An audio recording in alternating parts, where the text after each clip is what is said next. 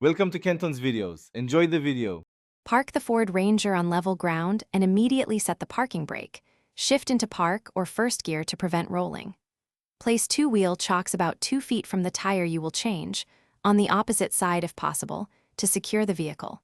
Remove any heavy cargo from the bed or cab to reduce weight.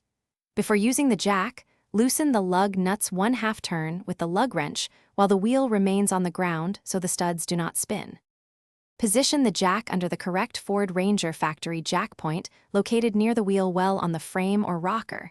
Consult the manual if unsure.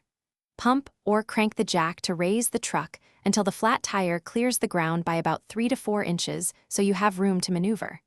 Remove the loosened lug nuts completely, using your hands or the wrench, and place them where you will not lose them.